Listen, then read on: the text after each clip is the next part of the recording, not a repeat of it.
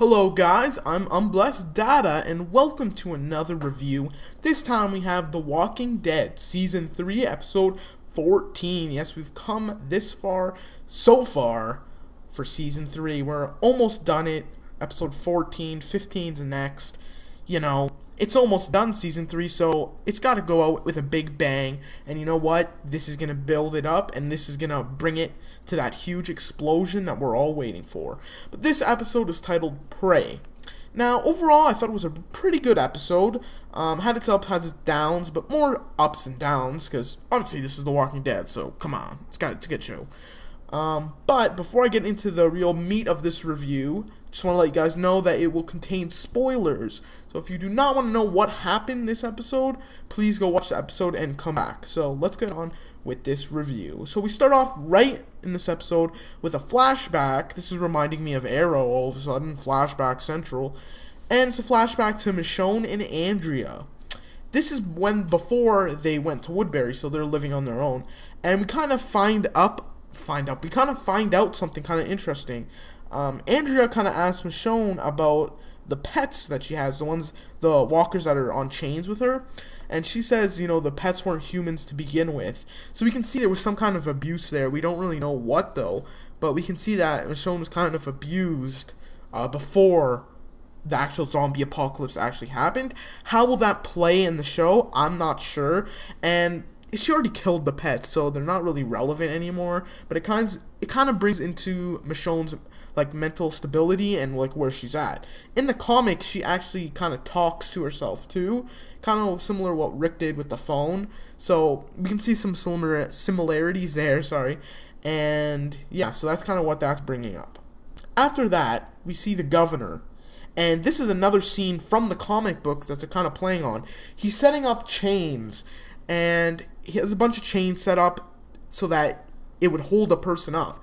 Now, this is set in the comic because he actually captures Michonne and basically tortures her and rapes her, and the governor basically just used these chains to hold Michonne up and basically do his will. So we can see that the governor's really angry. He wants revenge on Michonne, but really, is he going to get it? We don't know because Rick hasn't really decided if he wants to give up Michonne or not. We'll see where that leads to. Then we see the governor's men loading up a truck, and they're going to go attack the prison. Obviously, they already discussed this in the last episode. They're going to kill everyone at the prison except Michonne and bring Michonne back. So we can see the governor setting up more torture stuff, kind of like dental stuff, not like drills, but those pointy things dentists like to shove in your mouth? Yeah, those things, those metal things. I don't know anywhere else to describe it, but yeah, so that kind of stuff. And Milton walks into the governor, preparing all these things.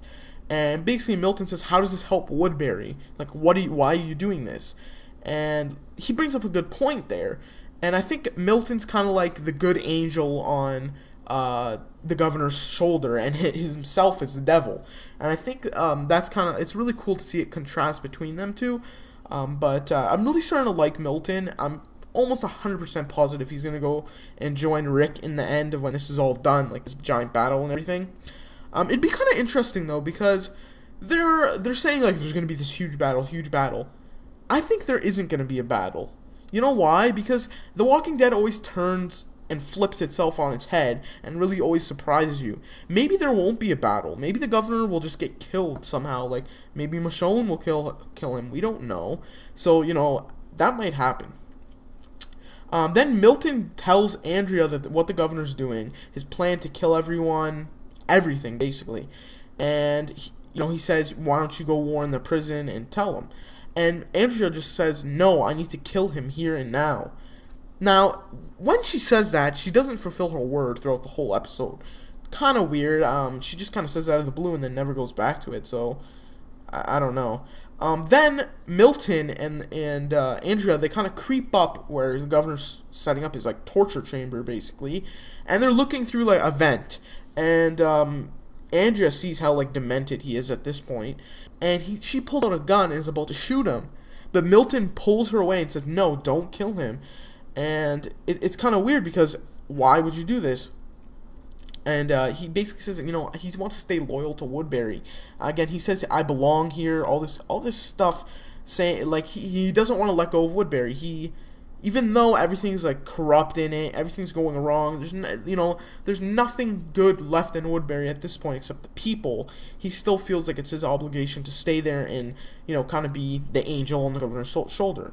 And Andrea even asks Milton if you want to come to the prison because she's gonna run away to the prison, and he says no, I belong here. So we can see that again, Milton is very loyal to Woodbury. How loyal is he? Maybe it'll be tested soon. We don't really know. Then we see Tyrese and another member of his group, it's actually his sister, training with a gun. And he has a gun. He's stationed at the walls of Woodbury, so, they're, guarding it. And he's trying to shoot a zombie. They don't call zombies. They don't call them zombies in The Walking Dead. He's trying to shoot a walker, and he has horrible aim. He's really bad. So I think they brought that up for a reason, so it's probably going to come up later that he can't shoot someone or something like that, where it comes into play. Then Andrea runs up and tries to leave Woodbury, and Tyrese stops her, and Andrea pulls out a knife on Tyrese.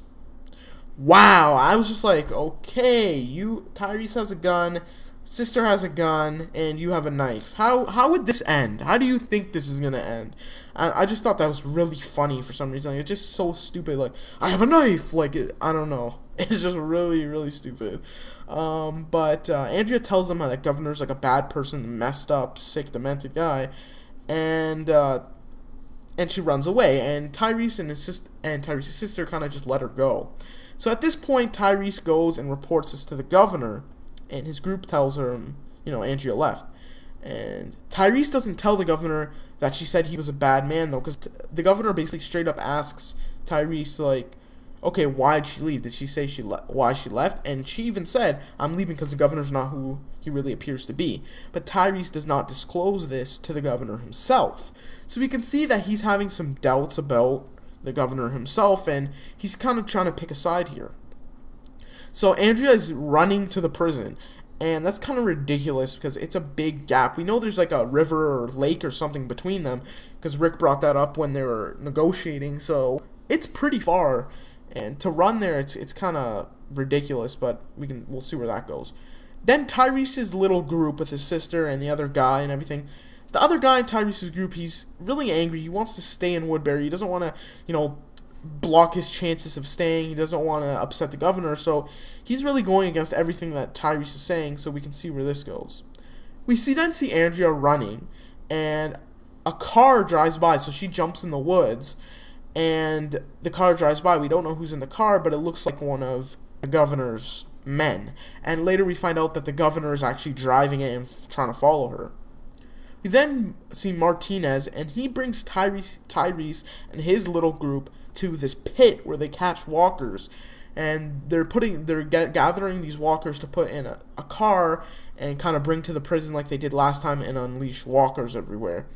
And Tyrese is a little upset about this, like, why are you using this? Like, it's wrong. He's really doubting them, and I hope, because I love Tyrese, I really hope he turns and goes with the prison. I really do.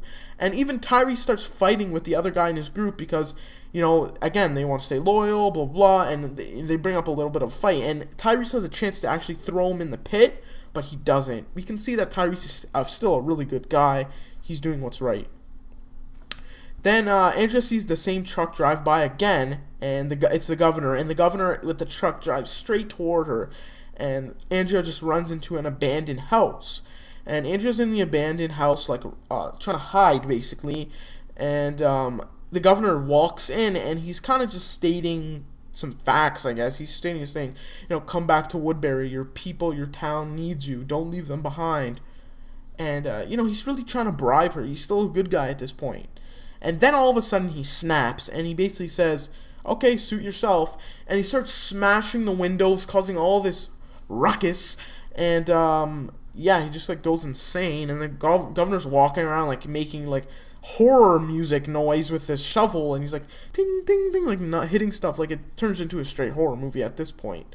Then Andrea goes up a flight of stairs, and she sees that there's walkers all in the flight of stairs. So she opens the door, hides behind the door, this is really smart, and lets all the walkers out right onto the governor. So she runs, and she runs up the staircase, but she really doesn't have anywhere to go. So she kind of goes to the rooftop, comes back down, and runs away. She's free. She's escaped. So I was kind of happy to see Andrea escape, but we'll find out what happens later. But it was really cool, that scene. And again, it was like a straight horror movie, and I'm a fan of horror movies, so it was kind of cool to see that. Then we see the governor's men. They loaded all the walkers onto like the cars and everything that they're going to drive to the prison.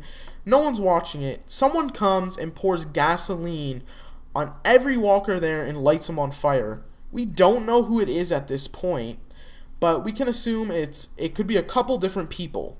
It could be Tyrese, it could be Milton, it could be whoever.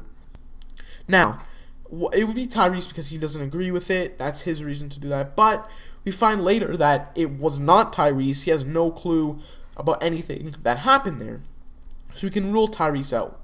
Milton, it seems like the best candidate for this, because later when the governor comes back, he basically confronts Milton and says, Milton says, too bad, like the walkers burned and all this stuff. And the governor says, I know who did it at this point. And Milton gives him this like weird stare and kind of walks away. It was really, big tension there, so we can kind of see that it was probably Milton. But I have another theory that I kind of thought up of, because it kind of makes sense. It might have been Morgan. Morgan could have followed Rick back, could have followed him everywhere he went so far.